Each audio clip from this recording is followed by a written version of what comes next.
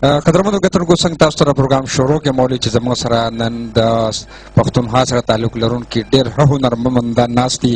په دې کې صدیق ربابي ډېر زبردست رباب هغوی تاسو د هغه وکتلو په دې پروګرام کې.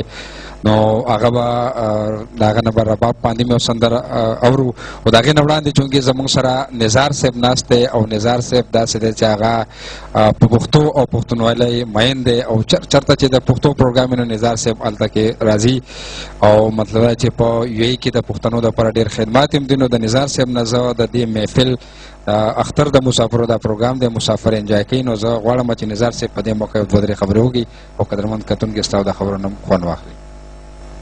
ډیره مننه زمرود خان. زه د اختر په دې مبارکه موقع د خپل طرفه او د ناستو ټولو ملګرو د طرفه دنیا په ګوټ ګوټ کې چېرته چې څوک دا پروګرام ګوري او مونږ ګوري هغوی ته د اختر مبارکي وم او د اختر په دې مبارکه موقع باندې دا دعا کوم چې الله پاک دې وکړي چې د اختر دا مبارکه خوشحالي د ځان سره دې پښتون وطن له او د پښتنو له او د پښتنو د خاورې له امن راوړي، خوشحالي وله راوړي، سوکالي وله راوړي او بیا د پښتنو په حجرو کې، په کوڅو کې، په میدانونو کې خنداګانې وي، ټوکې ټکالې وي. زه ډېر ښکلی پروګرام دی، ډېر مزیدار پروګرام شو.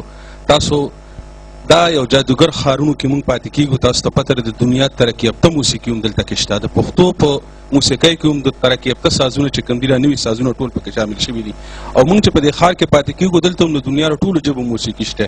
خو تاسو ویدل چې پښتانه نن هم د خپلې موسیقۍ په څنګ کې ناست دي او د خپلو هنرمندانو په خوا کې ناست دي او خپل زاړه موسیقي اوري. نو ډېره خوندوره موسیقي ده او ډېر ښه پروګرام دی.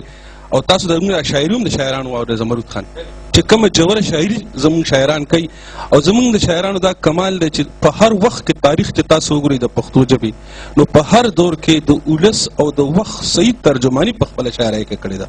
د خپلو خلکو ډېره ښه عکاسي د خپل وخت کړې ده.